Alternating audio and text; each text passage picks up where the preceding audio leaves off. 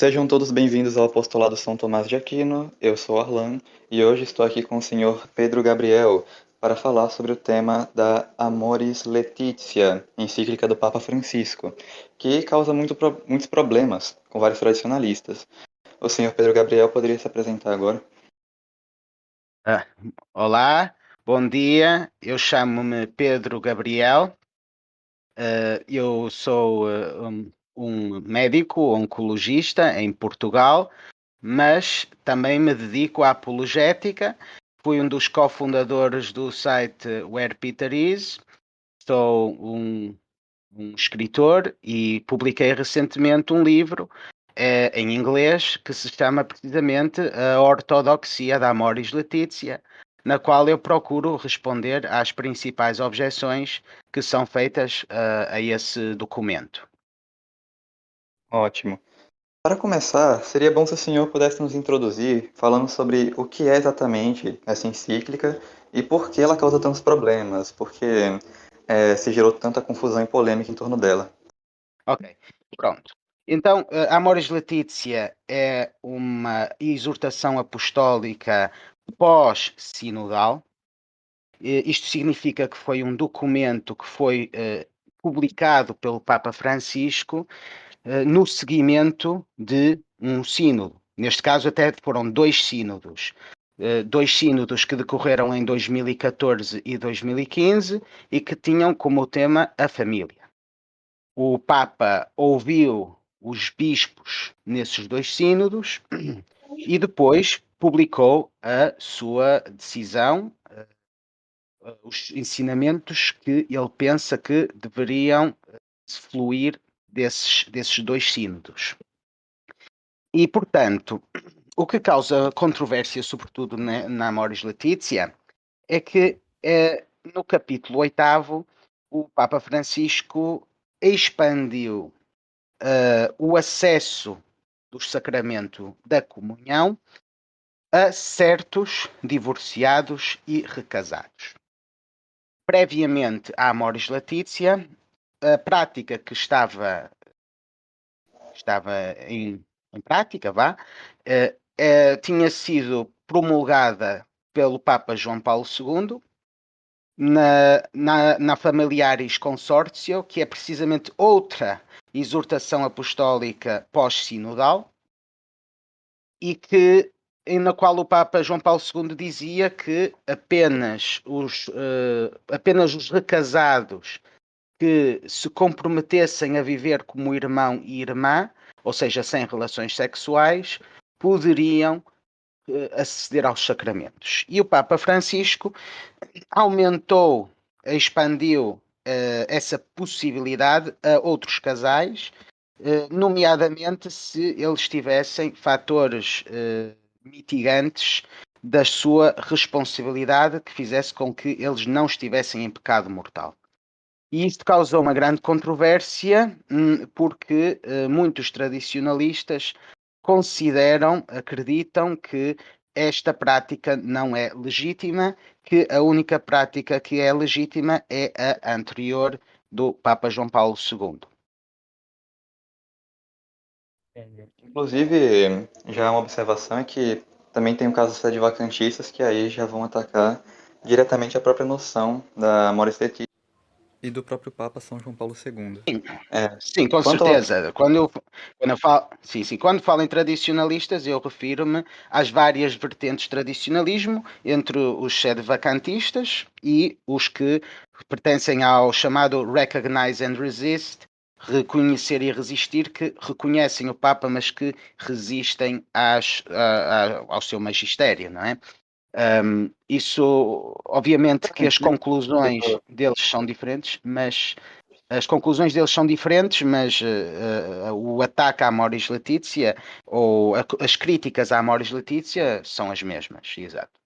Quanto à questão dos sede-vacantistas, eu vou estar deixando no link da descrição e no comentário fixado uma argumentação de um padre francês, que eu vou estar traduzindo, sobre o assunto. Ela ainda vai estar incompleta quando esse vídeo for lançado, mas conforme o tempo for passando, eu quero fazer questão de ir continuando a tradução até que esteja pronta, completa, para todo mundo poder ler. Bom, vamos agora começar pelos fundamentos. Quais seriam os fundamentos teológicos da Amoris Laetitia, que o senhor diria? Esses são os determinados fundamentos. O fundamento da Amoris Laetitia, nomeadamente, estamos só a referir-nos aqui à prática sacramental, obviamente. A Amoris Laetitia é um documento extremamente extenso e muito rico, não é? Mas referindo-nos aqui à prática sacramental, à disciplina sacramental,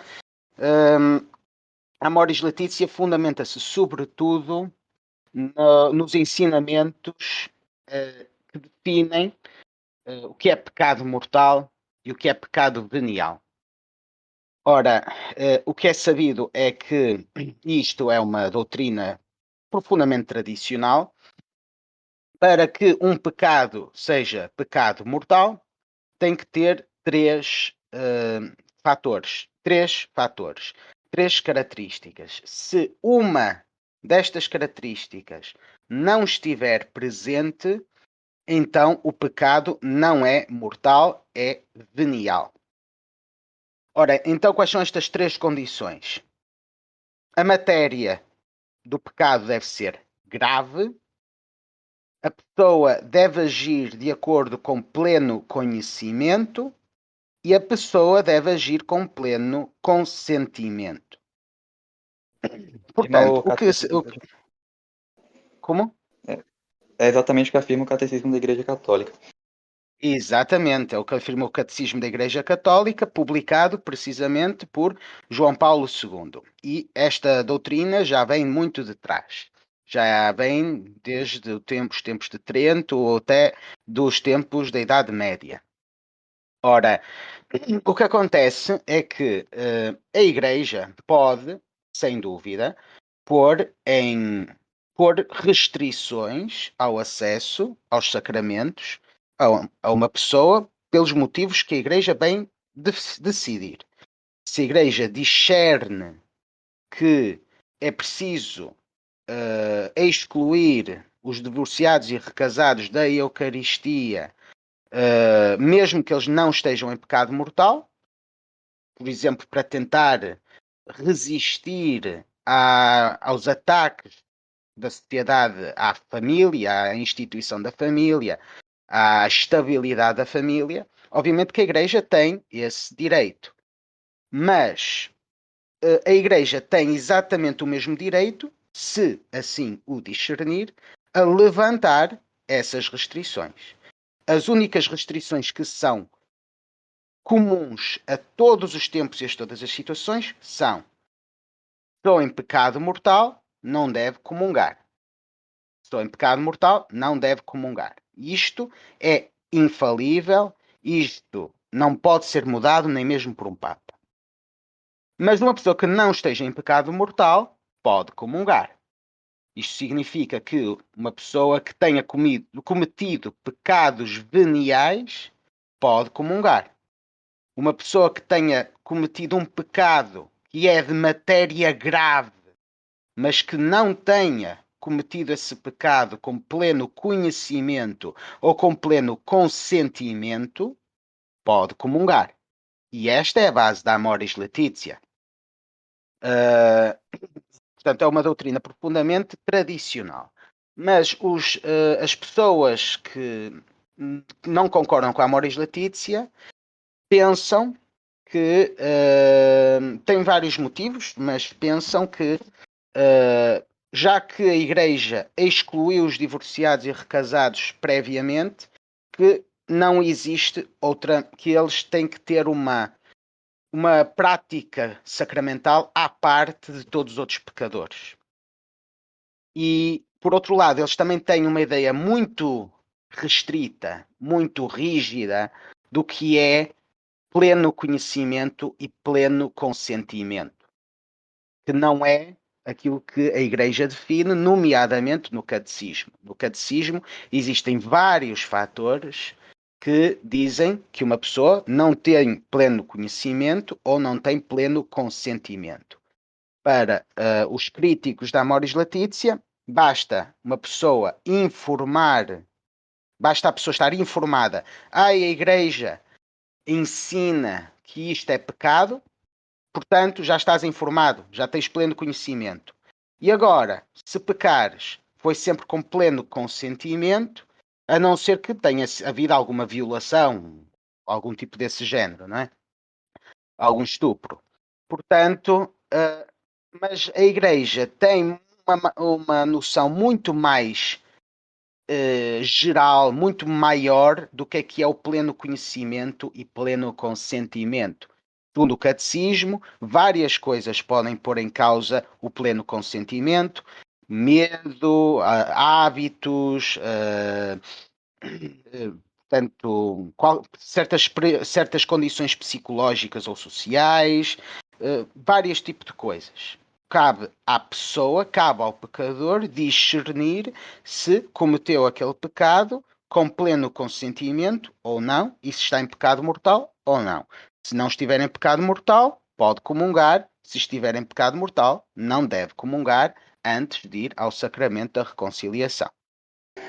O que o senhor diria então que seria sistemático o ensinamento da Amoris Laetitia? Para deixar bem claro. Tipo, ele não está liberando então a comunhão para todos aqueles que são recasados, Não, claro, melhor, em segunda união. não. Não, não, ele não está a fazer isso. Na verdade, o Papa Francisco é bastante claro que este discernimento não está aberto a todos. O Papa Francisco diz especificamente que para que este discernimento aconteça, devem garantir-se as necessárias condições de humildade, privacidade, amor à Igreja e à sua doutrina, na busca sincera da vontade de Deus e no desejo de chegar a uma resposta mais perfeita à mesma. Portanto, se a pessoa não tiver humildade, não tiver amor à Igreja e à sua doutrina, essa pessoa não pode fazer este discernimento que a poderia levar a comungar. Não é toda a pessoa que pode comungar com base na Amoris Laetitia. O Papa Francisco diz especificamente isso é um mal-entendido e nós temos que tentar evitar esse tipo de mal-entendidos, como se qualquer pessoa pudesse comungar. Isto está na Amoris Laetitia.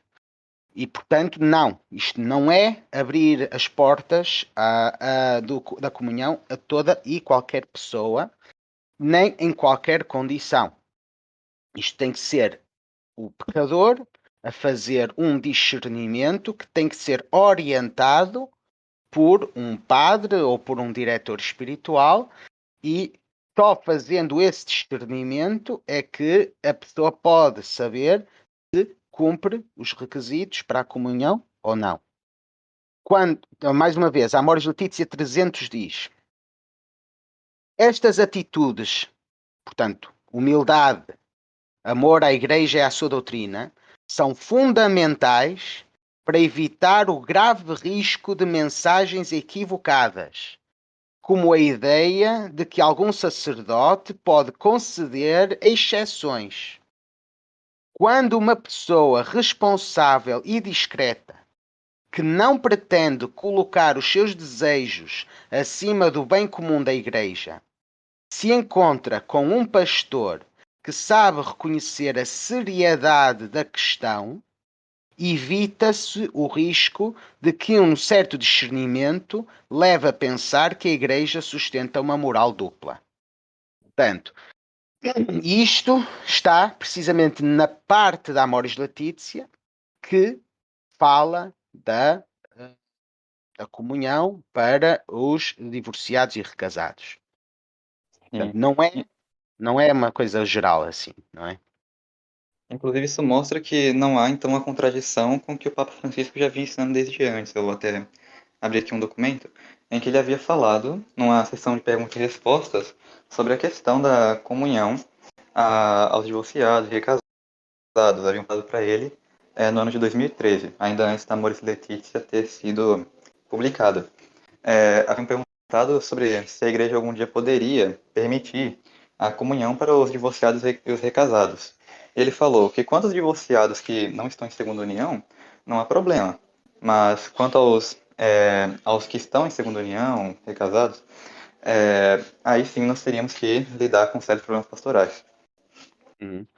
Sim, é preciso lidar com esses problemas pastorais, porque à medida que a família na nossa sociedade se encontra cada vez mais desestabilizada, mais e mais pessoas vão ser julgadas em situações irregulares e estas pessoas um dia vão querer voltar à igreja e nós temos que saber como é que as vamos receber.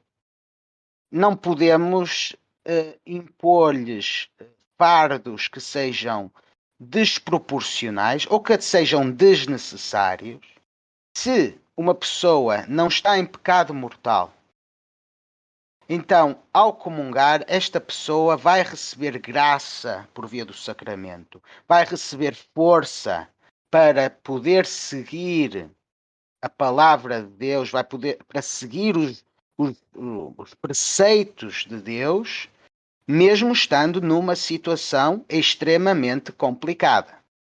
Portanto, nesse sentido, é bom que essa pessoa tenha acesso aos sacramentos e é bom que essa pessoa tenha uma pastoral que a ajude a ovelha perdida a voltar para o rebanho.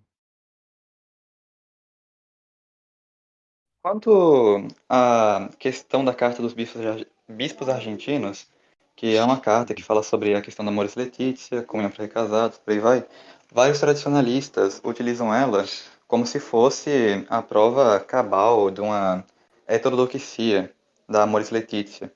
Quanto a isso, senhor, tem algo que possa nos falar? Bem, a questão é, o Papa Francisco redigiu, pegou isto para começar, os bispos da região pastoral de Buenos Aires fizeram publicaram umas linhas de guia sobre a interpretação que eles consideram que era a interpretação correta da Amoris Laetitia. Isto é uma coisa comum porque vários bispos e vários grupos de bispos publicaram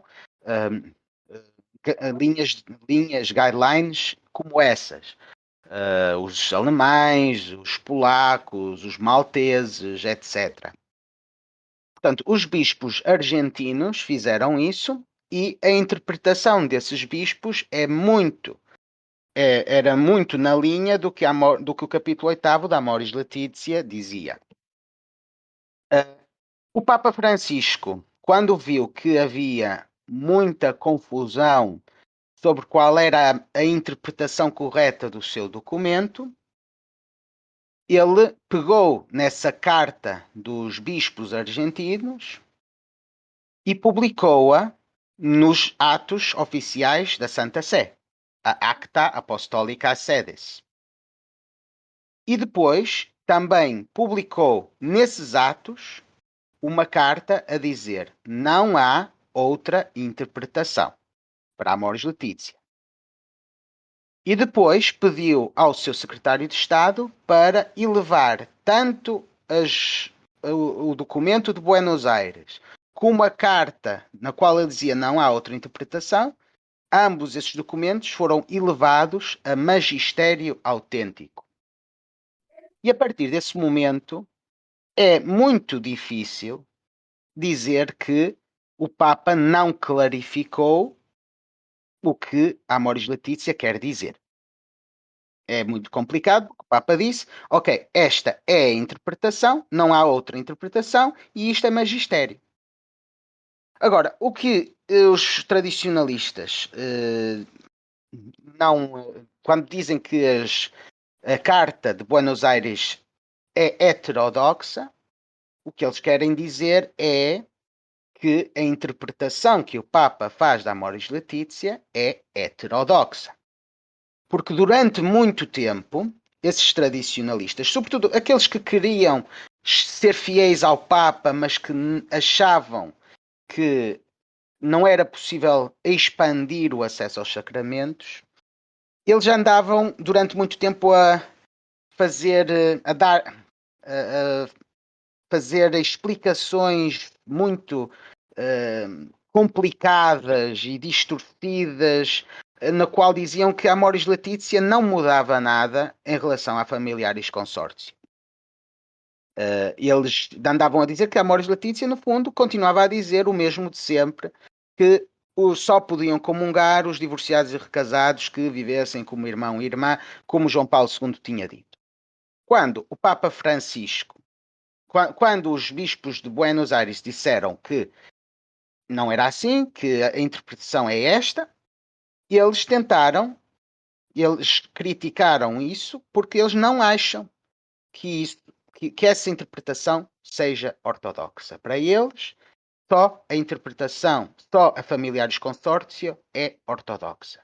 E a única interpretação que seria ortodoxa era pegar na Amoris Laetitia e interpretá-la como se fosse uma segunda versão da Familiaris Consortio, mesmo que para qualquer pessoa que leia a Amoris Laetitia seja claro que não é assim, há ali uma mudança. E isso é uma maneira, provavelmente, dos tradicionalistas tentarem atacar o que o Papa Francisco quer sem atacarem a Amoris Laetitia. Eles podem dizer, nós não estamos a atacar a Amoris Laetitia, não estamos a atacar um documento que é do magistério, estamos só a atacar uma interpretação que fazem da Amoris Laetitia, porque a única interpretação que é ortodoxa é a nossa. E assim, eles podem dizer que estão a ser fiéis à Amoris Laetitia, mesmo estando a ir contra os desejos expressos do Papa. Ganhando a vontade do Papa, querendo entender, então. Certo. Quais o senhor diria que Sim, são as principais? Assim, pode pular? sim, sim. As principais, desculpe. Assim, quais o senhor diria que são as principais objeções dos tradicionalistas, geralmente, para Amoris Laetitia? O senhor diria essas são as principais Bom, objeções, são as que mais se repetem, e seria melhor já é mais, desqualificar. sim. É mais fácil dizer não tanto as objeções, mas existem muitas e muito variadas. É mais fácil dizer que eles consideram que a Amoris Laetitia contraria certos pronunciamentos da Igreja anteriores, que contraria a Veritatis Splendor, que contraria a Familiaris Consortio, que contraria a lei canónica, etc. e tal. Mas assim, de um ponto de vista de objeções, eu penso que o que se passa é que eles têm uma ideia muito, muito restrita do que a Igreja ensina ou pode ensinar. Eles não veem como é que é possível o Papa Francisco abrir o sacramento da Eucaristia a divorciados e recasados, mesmo quando eles continuam a ter relações sexuais, apesar de isto ser a prática comum em todos os outros pecadores. Em todos os outros pecadores, não se exige à pessoa que pare imediatamente de pecar. Obviamente que é isso que se pretende, mas se a pessoa está, por algum motivo, com fatores que mitigam a sua responsabilidade, se a pessoa está com um vício, se a pessoa não consegue mudar porque tem algum tipo de medo, algum tipo de preocupação, algum tipo de condicionante psicológico ou social, então, se isto é de tal ordem que diminui a responsabilidade do sujeito, essa pessoa não está em pecado mortal, pode comungar. Isto é comum a todos os pecadores, mas por algum motivo os tradicionalistas acham que esta lógica só não se aplica aos divorciados e recasados. Portanto, eu penso que também existe muito a ideia de que eles não querem que esta interpretação seja ortodoxa, porque eles acham que isto vai criar um laxismo moral, que as pessoas agora podem comungar mesmo estando a pecar e, portanto, isto vai ser uma festa, qualquer pessoa pode comungar e que já nem é preciso ensinar as pessoas da doutrina da Igreja sobre o casamento, sobre a família, sobre a castidade. Mas não é isso.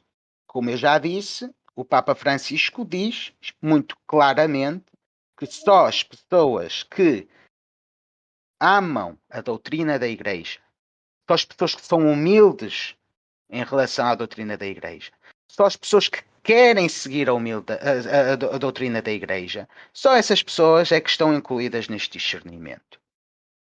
Mas penso que os tradicionalistas passaram tanto tempo a lutar contra o liberalismo sexual dos nossos tempos, não conseguem aceitar nada que pareça ser um pareça dar uma má impressão do que a Igreja ensina.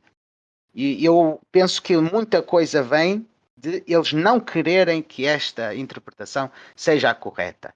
Porque não é possível que eles não saibam que esta interpretação não é ortodoxa. Portanto, eles têm que saber que esta interpretação é ortodoxa. Eles sabem esta doutrina do pecado mortal e do pecado venial. Eles sabem o que o catecismo ensina.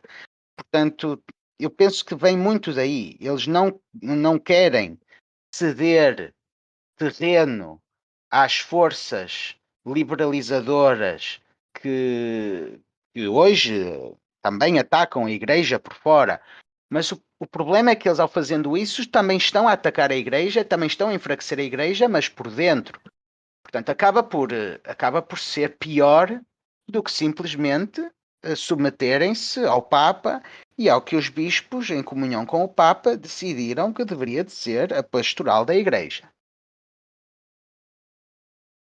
Tem muito aquela mentalidade de que qualquer coisa que acontece após o Concílio Vaticano II, que eu não ache que tenha acontecido antes na igreja, então automaticamente é errado. Tudo se torna uma novidade herética na cabeça das pessoas. Sim, Ah, sim, sim, também é essa a ideia, obviamente. Só que muitos destes, pronto, muitos destes críticos da Amoris Laetitia eram seguidores do Papa João Paulo II e do Papa Bento XVI. E não eram necessariamente críticos do Concílio Vaticano II. Mas seguiam o que o Papa João Paulo II e Bento XVI ensinavam sobre os divorciados e recasados. E também vem um bocado daí. Há uma vertente de tradicionalismo que realmente ataca toda a novidade, entre aspas, ataca todo o desenvolvimento que aconteceu desde o Vaticano II, mas também há pessoas que só estão a criticar o Papa Francisco, porque não gostam do magistério do Papa Francisco, não gostam do pontificado do Papa Francisco. tem até o caso daqueles que chegam a negar a legitimidade do pontificado do Papa Francisco. Tem Sim, alguns, são muito famosos aqui no Brasil, eu não sei como é em Portugal, que dizem que o último Papa é Bento XVI ainda. É, bom, sim, sim. de qualquer forma, o senhor tem alguma observação final antes de nós terminarmos por aqui? Eh, A minha observação é simplesmente que eh, peço às pessoas que sigam o conselho do Papa João Paulo II e que não tenham medo. Eh, é preciso, é preciso ter fé que Deus está a guiar a sua igreja, que o Espírito Santo está a guiar o Papa e os bispos. Ok? Não, obviamente que no dia a dia, nas coisas que eles fazem enquanto seres humanos, pronto, podem sempre cometer um erro ou outro, mas no que diz respeito ao magistério, aos ensinamentos oficiais que o Papa Francisco promulga enquanto Papa, enquanto sucessor de Pedro, nós temos que ter fé. Sobretudo porque isto veio no decurso de uma consulta com vários bispos que são sucessores dos apóstolos também. Portanto, acho que é um pouco. Acho que é pôr demasiada confiança no nosso próprio intelecto pensarmos que andamos aqui a descobrir nos ensinamentos da Igreja heresias em documentos que foram discutidos entre vários bispos e que foram promulgados pelo Papa. Sobretudo, quando existe, de facto, uma base tradicional para esta doutrina. Esta doutrina que está a ser agora aplicada para os divorciados e recasados já existia para outros pecados, nomeadamente os pecados de índole sexual, que a própria Igreja reconhece como num documento da Congregação da Doutrina da Fé, Persona Romana, que dizia que os pecados de ordem sexual, precisamente por serem mais viciantes, podem diminuir a responsabilidade do agente mais do que outros pecados. E, portanto, nas pessoas que lutam contra os pecados da masturbação, da pornografia, vê-se no catecismo, existem várias condicionantes que diminuem a responsabilidade do pecador. Existe, inclusivamente, um documento, o Vademecum para os confessores, que também foi publicado pela Igreja e que também acompanha os casais que tenham dificuldades com a Humanae Vitae. Este Vademecum foi publicado no tempo de João Paulo II. Existe uma base tradicional para aplicar isto. Eu, no meu livro, cito um discípulo de João Paulo II, um filósofo chamado Rocco Buttiglione, que diz: só estamos aqui a aplicar aos divorciados e recasados aquilo que já se aplicava a todos os outros pecadores. E, portanto, não faz sentido que as pessoas resistam tanto a isto.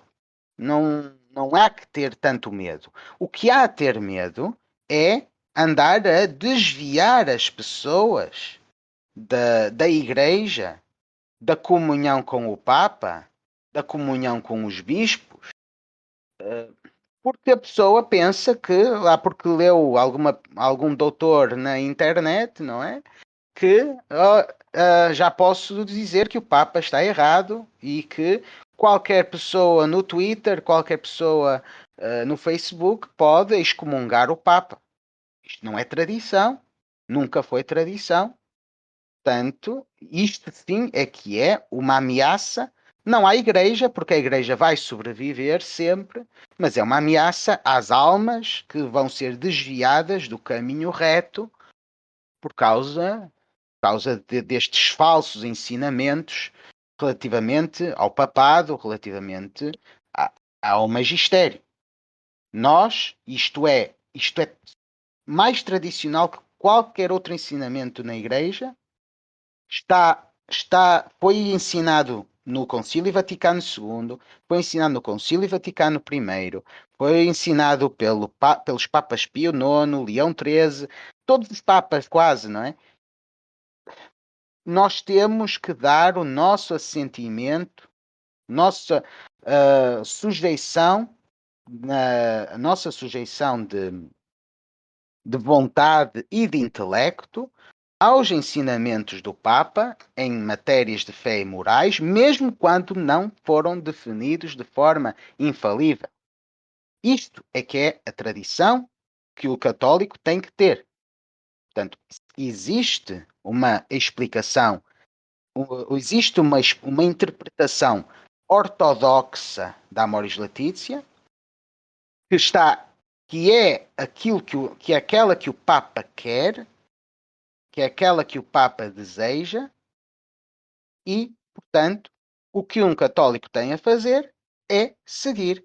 Ou, se não conseguir seguir, pelo menos não andar aí a fazer escândalo aos irmãos da fé, eh, e deixar que a Igreja possa então seguir o seu caminho, acolher os pecadores, trazê-los de volta ao rebanho, trazê-los de volta ao que Cristo nos disse, que é que o casamento é indissolúvel, que o casamento é uma grande dignidade. Portanto, é preciso trazer esta sociedade de volta. Há muita pessoa que não consegue voltar sem passar por situações extremamente complicadas a nível da sua família, já tem filhos da segunda união, tem um esposo ou uma esposa que não se quer converter. Portanto, não vale a pena andar a pôr-lhes mais cruz em cima do que aquela que já tem que passar. Deixá-los comungar para eles terem forças, sair do caminho da igreja para que a igreja possa ajudar essas pessoas. Isso é aquilo que é mais importante neste momento. Bem, muito obrigado, doutor, por sua exposição, nos ajudar aqui nesse momento de dificuldade no Brasil, pois a encíclica, melhor, é uma exortação pastoral. Bem, a exortação pastoral Exortação apostólica, sim. apostólica, perdão. A exortação apostólica Sim. Amoris Laetitia é muito atacada por aqui, e você não vê praticamente ninguém defendendo, são poucos. No YouTube mesmo é só ataque. Então, eu agradeço muito por estar fazendo esse serviço aqui para nós. Eu é Pela que sua agradeço colaboração. pelo convite. Sim. Bom, fique sempre à vontade quando precisar de alguma coisa. Se quiser aparecer novamente também, nós estamos aqui. Uhum. Bom, muito Ok. obrigado. Vou desligar agora. Obrigado. Bom dia. Bom dia.